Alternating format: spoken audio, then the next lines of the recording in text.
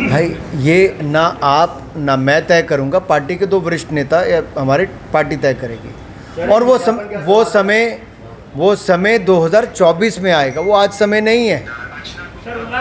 और अगर हम लोग सारे काम विकास अगर इकट्ठे मिलके कर रहे हैं तो निर्णय भी इकट्ठे मिलके उस समय कर ही लेंगे। देखिए, गठबंधन है दो दलों का जो महाराष्ट्र में सरकार चला रहे हैं, और भविष्य में जब 2024 का चुनाव आएगा तब भी इकट्ठे मिलके लड़ेंगे पूरी ताकत के साथ, और पूरी सीटें जीतकर मोदी जी को 2024 में प्रधानमंत्री भी बनाएंगे। महाराष्ट्र का एक बहुत बड़ा योगदान होगा। और ना ये आप तय करेंगे ना अनुराग ठाकुर तय करेगा, ये दोनों पार्टियों के जो शीर्ष नेता हैं वो गठबंधन में तय करते हैं कौन सी सीट पे कौन लड़ेगा और कौन उम्मीदवार होगा। वो मार्च 2024 में जब समय आएगा मैं आपके सामने फिर आऊँगा और इस बात का जवाब दूंगा। भाई जिसने एक सवाल पूछ लिया अगले को अवसर दो। 2014 से पहले जितना खेलों पर बजट था उससे 3 गुना ज़्यादा मोदी सरकार में। Target Olympic podium scheme Modi सरकार लेकर आई, जहाँ पे खिलाड़ी का बोर्डिंग लॉजिंग ट्रेनिंग यानी कि रहना भोजन ट्रेनिंग देश विदेश में सारा खर्चा मोदी सरकार वहन करती है, और 6 लाख रुपया यानी कि 50,000 रुपया महीना जेब खर्च अलग से देती है। और 3,000 करोड़ के खेलों के नए बड़े प्रोजेक्ट बन रहे हैं जहाँ पर सुविधाएं बन रही हैं। 1,000 खेलो इंडिया सेंटर पूरे देश भर में बनाए जा रहे हैं। 450 नए कोचेज़ रिकॉर्ड एक समय के अंदर रखे गए हैं।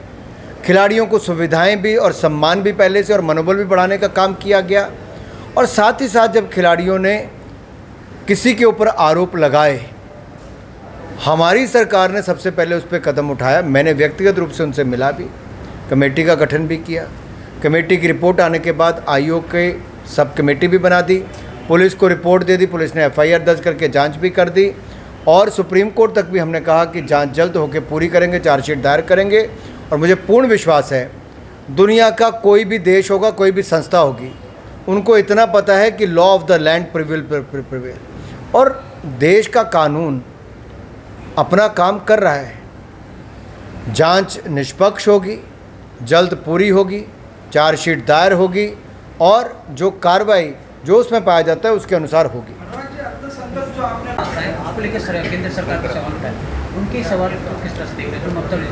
देखिए, पहली बात तो मैं कहूं कि रेल हादसा बहुत दुखद घटना है। राजनीति किसी को इस पर नहीं करनी चाहिए। आपके कुछ सुझाव हैं, कुछ सेवा करना चाहते तो आगे आइए। और मुझे दुख इस बात का है कि ममता जी जैसी सीनियर नेता, ममता जी के मन में ममता तो बिल्कुल भी नहीं है। जब उनके अपने राज्य में महिलाओं के साथ अत्याचार बलात्कार होते हैं, लोगों पर घटनाएं बम फेंकने तक की होती है, वो तो छोड़ दीजिए, लेकिन वो मुख्यमंत्री रहते हुए जब केंद्र में मंत्री भी रही, उनको ये तो पता होना चाहिए कि ये आंकड़े राज्य की सरकार देती है और राज्य की सरकार भारतीय जनता पार्टी की नहीं है। क्या इस दुख की घड़ी में भी विपक्ष राजनीति ही करेगा?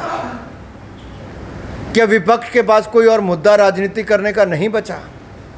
मुझे दुख इस बात का होता है जब ये राजनीतिक दल कभी सर्जिकल स्ट्राइक पर प्रश्न चिन्ह खड़ा करके हमारे सैनिकों पर प्रश्न चिन्ह खड़ा करते हैं। बीजू जनता दल के जो नेता हैं और उड़ीसा के मुख्यमंत्री, उन्होंने फटाफट राहत के प्रयास जारी किए। भारत सरकार ने राहत के कार्य जारी किए, एम्स ने वहाँ पर राहत कार्य जारी किए, प्रधानमंत्री जी स्वयं वहाँ पर गए। हमने तो किसी राज्य के ऊपर कोई प्रश्न चिन्ह खड़ा नहीं किया। आखिरकार ये देश के सामने संकट है, सबको इकट्ठे मिलकर लड़ना है। ये कोविड के समय भी यही करते रहे। ये कोविड वैक्सीन को भी कहते रहे कि ये भारत की वैक्सीनें नहीं लगानी चाहिए। ये क्या सोच है कि आप जहर घोलने का ही काम सदा करोगे, भ्रम पैदा ही करोगे, भय ही पैदा करोगे। ये समय लड़ने का, राजनीति करने का नहीं, ये समय उन लोगों के दुख बांटने का है जिन्होंने अपने परिवारजनों को खोया है।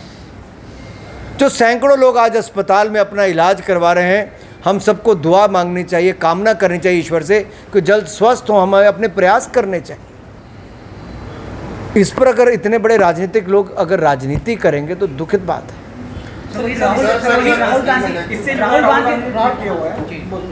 सर, राहुल गांधी ने ट्वीट करके कहा है कि सिंधी समाज के लिए जो शब्द कहे थे उसके बारे में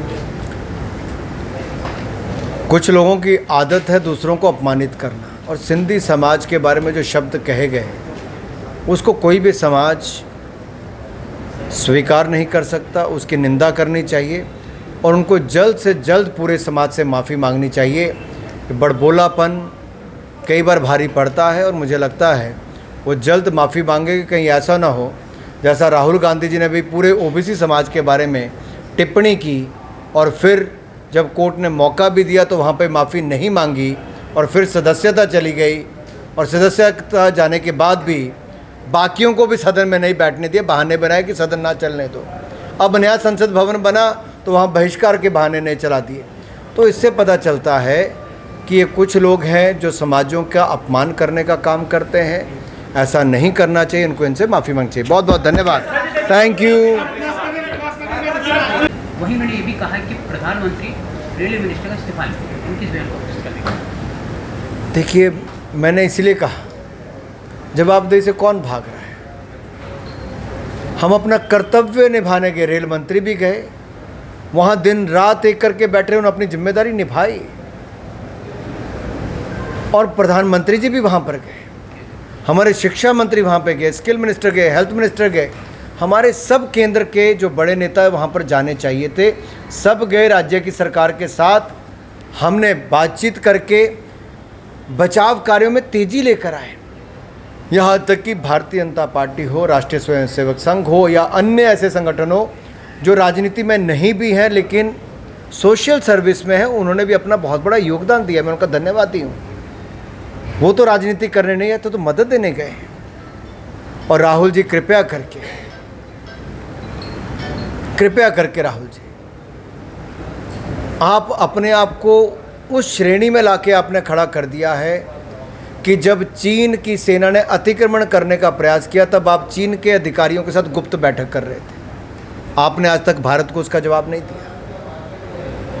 चीन से आपके राजीव गांधी फाउंडेशन में कितने डॉलर लिए गए, आपने उसका आज तक जवाब नहीं दिया गया, क्यों लिए। अमेरिका में आपके प्रोग्राम को करवाने वाले कौन हैं, ये बार बार प्रश्न चिन्ह खड़ा होता है, आपने उसका जवाब नहीं दिया। आपके मंच से राष्ट्रगान का अपमान होता है, आपने रोका नहीं। उसी सभा में भारत के खिलाफ नारे लगते हैं, भारत विरोधी ताकतें और मुखर होती हैं, राहुल गांधी बोले नहीं। तो क्या राहुल जी का विदेशों में जाना केवल भारत को अपमानित करना, भारत के बारे में प्रश्न चिन्ह खड़ा करना और भारत को नीचा दिखाना, क्या केवल यही कार्य रह गया उस पार्टी और उस परिवार का जिसको देश ने आज़ादी के बाद 60 साल से ज़्यादा राज करने का अवसर दिया। इससे बड़ा दुर्भाग्य देश का क्या होगा कि इनके लिए परिवार ही सब कुछ है, देश कुछ नहीं है। मैं बड़ा स्पष्ट करना चाहता हूँ कि ये आरोप बिल्कुल झूठे हैं, ना इसमें कोई तथ्य है। केवल बोलने के लिए बोल दो वो कार्य किया है, इसमें कुछ भी सच्चाई नहीं। मैं आपको बताऊं, अभी आप पिछले कुछ दिन के पेपर उठाए तो एक राज्य के 6 पेज हैं फ्रंट पेज, मोदी सरकार का कहाँ है जी, कुछ भी नहीं है। सर ये स्टाइल में मेक इन इंडिया और स्वच्छ भारत नजर आया जो आपने अभी उसका स्वाद भी लिया। देखिए, मैं तो उस युवा को अभिनंदन भी करना चाहता हूँ, धन्यवाद भी, जिन्होंने एक ऐसा प्रोडक्ट निकाला है जहाँ पे आप चाय पी के उस कप को भी बाद में खा सकते हो, यानी कि कूड़ा भी नहीं होगा और स्वाद का स्वाद होगा। तो जो ऐसी स्टार्टअप्स हैं, ऐसी कई और अब एक को देख के और प्रोडक्ट ला सकते हैं, जिससे कूड़ा करकट भी कम होगा, कचरा भी कम होगा और स्वच्छता अभियान को भी बल मिलेगा। सर, एक विस्थापन की समस्या है अनुराग जी, तो क्या बीजेपी को डर लग रहा है कि अगर ये नहीं गिनाएंगे तो आने वाले चुनाव में बीजेपी को फिर से कहीं इसका मतलब असर ना गिरे? नहीं, ऐसा बिल्कुल नहीं है। ऐसा नहीं कि लोगों को उपलब्धियों को पता नहीं। अब आप पत्रकार हैं, आपको तो सब कुछ पता होगा, लेकिन आपके अखबार में सब कुछ छपा नहीं होगा। या हो सकता है कुछ बातें मैंने ऐसी बताई हों तो शायद आपके ध्यान में ना हो। मान लीजिए सेंगोल है, हो सकता है आप सबको पता हो कि सेंगोल का इतिहास क्या रहा, पता था। नया संसद भवन बना तो हमने नए भारत की बुलंद तस्वीर, नए संसद भवन, अपनी उपलब्धियां इन सब के माध्यम से भी रखी, बड़ी अर्थव्यवस्था भारत बने उस दिशा में भी आगे बढ़े। ये भारत की नई तस्वीर है, बुलंद तस्वीर है, लेकिन परंपराओं को भी हम उसी तरह से निभा रहे हैं। नेहरू जी को तो दिया था सेंगोल परंपरा निभाने के लिए, लेकिन बाद में कांग्रेस ने रख दिया नेहरू जी की छड़ी कह के म्यूजियम में। लेकिन मोदी जी ने परंपरा निभाई। इसलिए मैं कहना चाहता हूँ, ये क्या 9 साल का कार्यक्रम, हम लोग संपर्क से समर्थन मांग रहे हैं। इसलिए कभी किसी डॉक्टर के यहाँ जाके, किसी उद्योगपति के जाके, किसी ट्रेड यूनियन के नेता के यहाँ जाके, किसी फिल्म स्टार के जाके, किसी खिलाड़ी के जाके, समाज के अलग अलग लोग जो इन्फ्लुएंसर्स हैं या जिनके कहने से 10, 20, 50 वोट मिलते हैं, या उनका अपना वोट भी बहुत महत्वपूर्ण, सबका ही होता है वोट महत्वपूर्ण, हर व्यक्ति का वोट महत्वपूर्ण है, तो हम रीच आउट कर रहे हैं। तो सर, जो स्थापन एक बहुत बड़ी समस्या है। संपर्क किया लोगों से, तो उसमें क्या महसूस किया? बहुत लोग गर्व महसूस करते हैं। जो लोग विदेश जाते हैं उनको तो लगता है कि पहले भारत की कभी ऐसी छवि नहीं थी जो अब छवि बनी है। लोगों को लगता है कि हम उस संकट से निकले जहां 100 सालों में ऐसी महामारी देखी नहीं थी। अगर ये नेतृत्व ना मिलता तो शायद हम महामारी के संकट से ना निकल पाते। ये लोगों की भावना है। देखो, लोगों को ये भी लगता है कि कहने के लिए तो पिछली सरकारें कहती थी जल ही जीवन है, पर पूरा जीवन ही निकल गया जल लाने में। अब जिसके नलका लग गया उसके लिए वही बड़ी बात है। जिस बहन के पास शौचालय नहीं था, सुबह 5 बजे से पहले उठ के शौच करने जाना पड़ता था और शाम को सूरज छिपने का इंतज़ार करना पड़ता था, उसके लिए तो कम्युनिटी टॉयलेट हो या इंडिविजुअल टॉयलेट हो, उसके लिए वो भी बड़ी बात है। आप देखिए सामान्य व्यक्ति के जीवन में क्या बदलाव आया। मान लो 4 करोड़ लोगों को पक्का मकान मिला, 12 करोड़ को शौचालय मिला, या रसोई गैस का सिलेंडर मिला, पानी का नलका मिला। इनका दिन का 1/4 से ज़्यादा हिस्सा केवल इन चीज़ों को लाने में लग जाता था।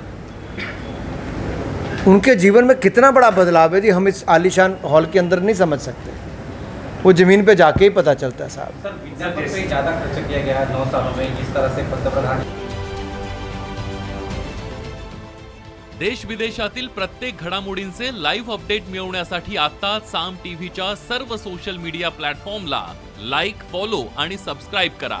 तसंच सर्व नोटिफिकेशनसाठी बेल आयकॉन प्रेस करायला विसरू नका।